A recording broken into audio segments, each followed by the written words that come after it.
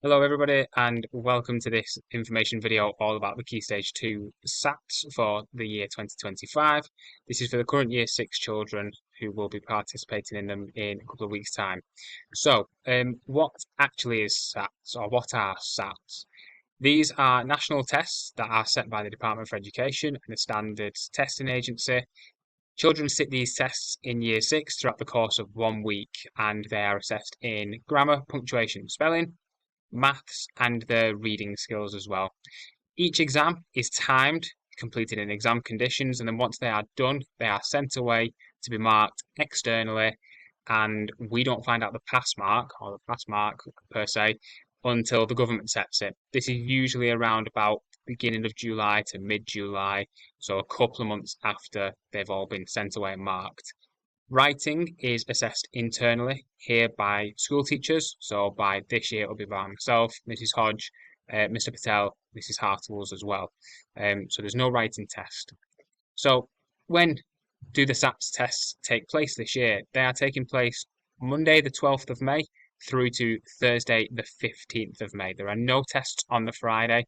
The Friday is going to be used as the launch of the Shakespeare Festival, which is what we do every year after SATS and have done for a number of years. And there you can see on the actual screen, they are the proposed, or they are the set dates, should I say, for the SATS test this year. So Monday is going to be the grammar, punctuation, and spelling, which is a nice one to get into the feel of what the tests look like. The Tuesday is the reading paper, and the Wednesday and the Thursday are all of the maths papers. So on the maths, there's three different papers: arithmetic paper and two different reasoning papers. The time for those are down the side in brackets. Reasoning papers, they get a little bit longer to do because there's more working out to be completed. The arithmetic focuses on calculation methods and the fluency in mathematical understanding, and the reasoning focuses on the problem solving and the deeper level of understanding of the mathematical content that has been taught. And that is content that's been taught right the way from Year 3 all the way up to Year 6 as well. They gradually increase in difficulty as they go through, and more understanding is needed to be able to answer the questions later on within the test papers. So to show you some examples, these are some of the arithmetic type questions. All sorts of stuff is covered on there: addition, subtraction, multiplication, and division as standard. But you've also got order of operations, such as question 23 that you can see on the board on the screen there.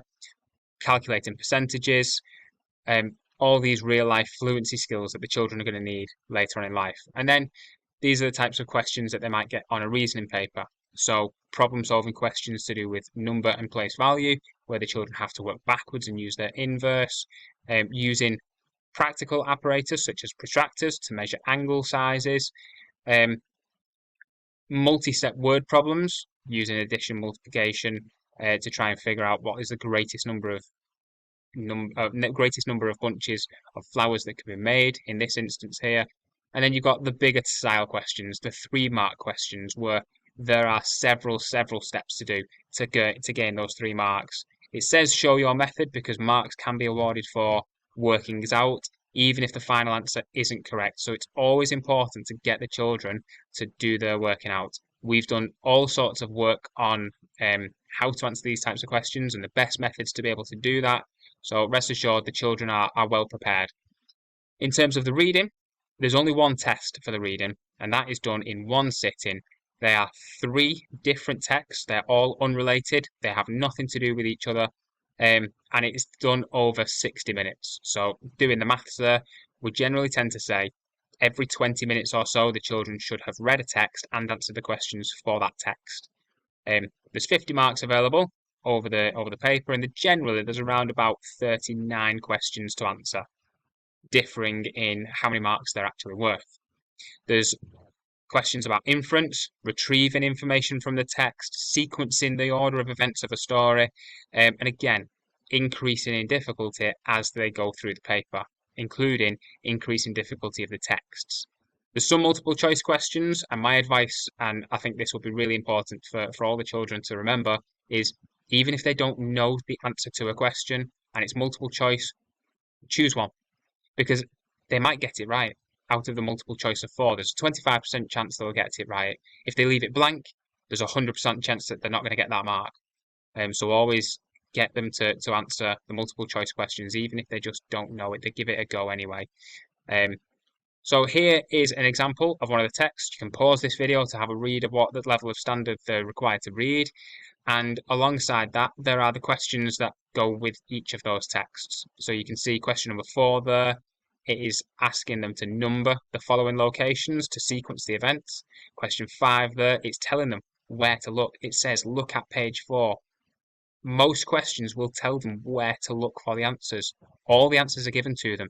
They've just got to find them in the text. Obviously, question 5 there is a tick box question. And number 6 there, you can see that there's just one line. So that is indicating that it's a shorter answer to have to write. They don't have to write a ton for that question. And some more examples there. Again, different text there, slightly different text. Question 34, you can see that the questions further on in the paper, the text is harder, but question 34 there, it's asking them all about their understanding of the vocabulary that they've read. And then question 38, one of the last questions in the text for this paper that I'm showing you here, is they have to give examples and they have to justify that with evidence from the text as well. As I've said a few moments ago, all the answers are there. They've just got to find a way of interpreting those answers as well. So that's the reading paper. The grammar, punctuation and spelling paper, there's the grammar and punctuation, which is worth 45 minutes, it takes 45 minutes. There's 50 marks on offer there. And then the spelling paper, it's a shorter paper, 20 minutes approximately, and there's 20 words that they have to spell. The grammar paper, there's a mix of short answers, lots and lots and lots of tick box questions in this, even just one word answers, which is great, settles them in on that Monday. And the papers get combined to give an overall grammar, punctuation, and spelling score out of 70. Now, in previous years, the pass mark, I mentioned it before, pass marks have sort of sat around 50 to 60% correct. What that looks like this year, we have no idea. And we won't know until we get the answers and we get the results. But some examples of some questions for the grammar, punctuation, and spelling, getting them to choose the word and to link it up with the correct suffix. So for that example there, it will be socialise, it will be relationship, it will be childish, and it would be seasonal. So they have to draw the lines to match them. And then question 6 there, which pair of words are antonyms? Keywords are always highlighted in bold. We can't explain any of those keywords for them. And that's actually a really important point to note on the other tests as well. There's certain things that we can read and there's certain things that we are allowed to say to them, but we can't explain anything that would give them an unfair advantage. And the reading paper, we can't read anything because it's assessing their reading skills. That includes the text and the questions, which we always, as teachers, it's hard for us to not do, but that is, we've got certain guidance that we need to follow here. More grammar, punctuation questions as well there, just to show that sometimes it's just circle one word, insert a piece of punctuation, tick some boxes to get those marks. Some of them, they have to write some sentences, they have to write some explanations. So all the instructions will be there. And if they want us to read those questions out in the grammar, punctuation, and spelling, we can do, as long as we don't explain anything in further detail. And then there's just some examples of the spelling words as well that they will come across. All of them have been in the year 5 and 6 spellings that they've been practicing throughout the year. Sometimes they change in terms of they add suffixes on, they will add prefixes on, they'll change the context of the word, some silent letter words as well, but they will have been learning over time. So, SATS week. At Devonshire Road, we always do the tests in the morning. Afternoons will be sort of like relaxed revision ready for the next day. So on the Monday, they'll do the grammar paper, the spelling paper, and in the afternoon, we'll be doing some relaxed revision ready to get them prepared for the Tuesday's test. We do loads of games, we make it as fun as we possibly can, and we try to remove the stress, getting the children to do the best that they possibly can. There's lots of active learning on offer, providing that the weather's been good. I know it has been recently. We're hoping that good weather continues as well. So what can you do at home is just plenty of reading, making sure that they're practicing those key skills as we're building towards the SATs in the next couple of weeks. and just recapping anything that your child's unsure of. Ask them outright these next couple of weeks, what do you need a little bit more practice with? Get those last bits of extra, last little push done with them. Um, get the children to take it easy as well. Plenty of rest, plenty of sleep, and spending time together as a family, because we understand that SATS period and SATS timings can be a little bit stressful. It can be a little bit of a strain on some of the children. So just taking it as easy as possible, whilst also getting the best out of them and making sure that they feel relaxed. We also offer a breakfast club. You will have all received a message about this. We host a free, completely free breakfast club for the Year 6 children. It takes place in the classrooms. There's staff there who will be volunteering their time, and they will be providing the free breakfast for the children. We run around like waiters and waitresses, um, handing out the things that they want and they're requesting. It's a great atmosphere. We have a really, really good attendance take up of this, and we'd highly, highly recommend it. Number one, because they get to chill out with the friends. Number two, because they get to just relax into the day. They're in the school environment, they feel settled. Number three, it's a good way of making sure that your child is in school on time, ready to do those tests.